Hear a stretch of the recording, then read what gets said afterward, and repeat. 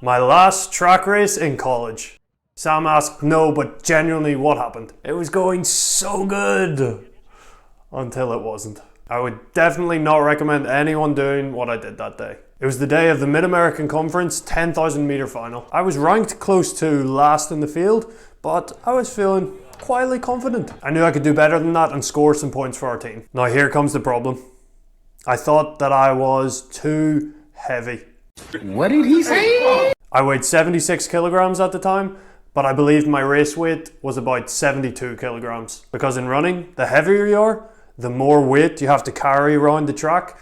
And in a race like the 10K, which is over 25 laps, usually the slower you go. But what's bad is that isn't even the stupid part of what I did. The stupid part was that I tried to lose weight in the few days before the race. So I ate a bit less in the few days before the race so I could be a bit lighter than 76 kilograms. Because I thought that if I could be a little bit lighter, if I could get to 75 or 74 kilograms, I could run even faster and score more points for the team. There was just one problem with the plan.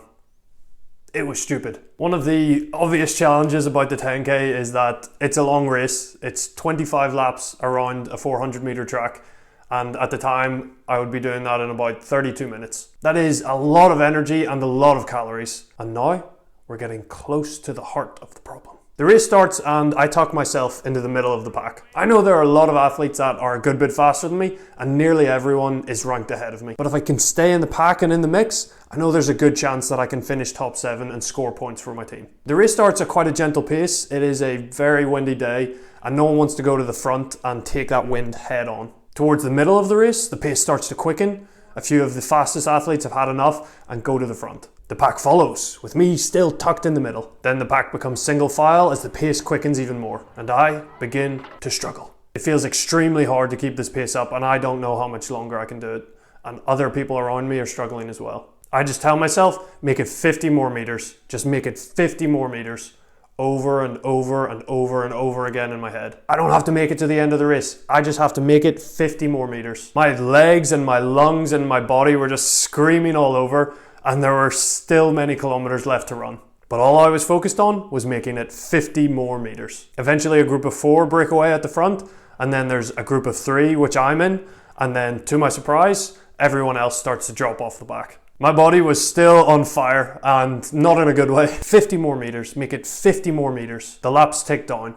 7 laps to go, 6 to go, 5 to go. Make it 50 more meters, 4 laps to go. It was still the leading pack of 4 way ahead and then the pack of 3 with me in it behind. If I finish with this group, I score points for my team. 3 laps to go.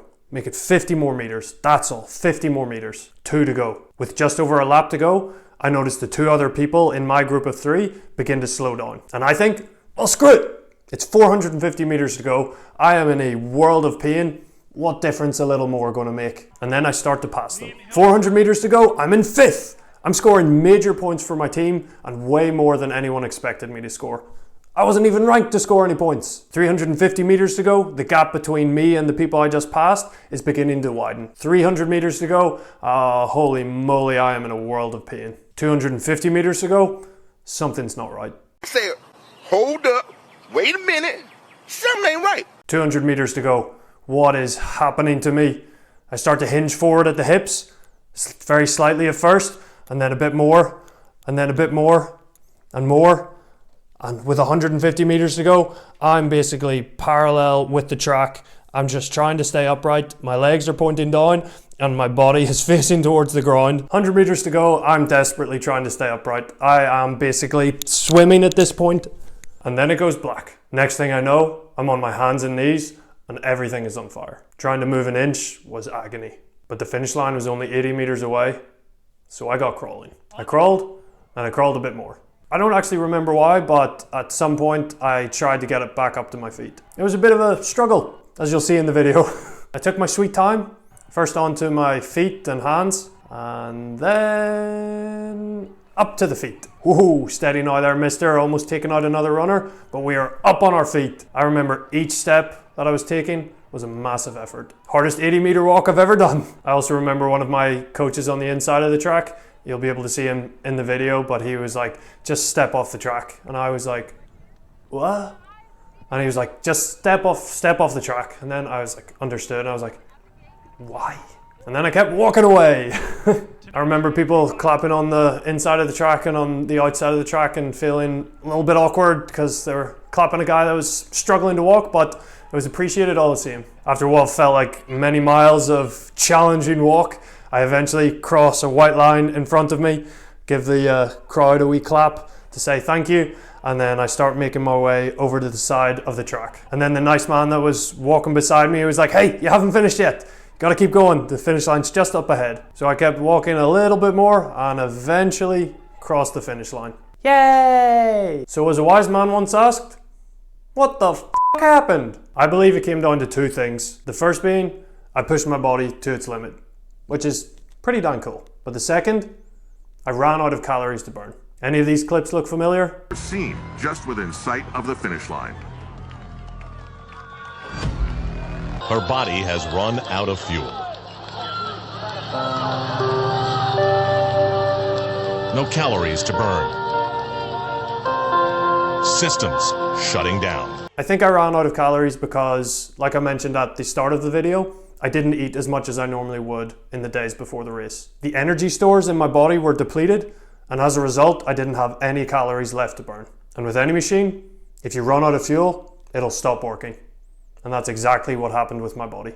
After the race, my heart was still pounding and my breathing was really heavy. About 20 minutes later, I still didn't feel great, but then my friend gave me a cookie and it gave me a new lease of life. It gave me more calories to burn and it made me feel so much better. And I was actually able to do a warm down run after the race, which is outrageous. It always makes me think if I just had a little bit more to eat, a little bit more calories to burn, would I have made it to the finish line? I guess we'll never know.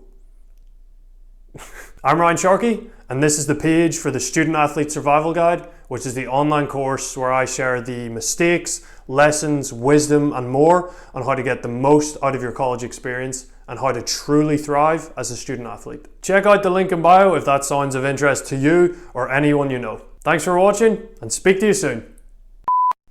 We are recording. 50,000 people used to live here. Now it's a ghost town.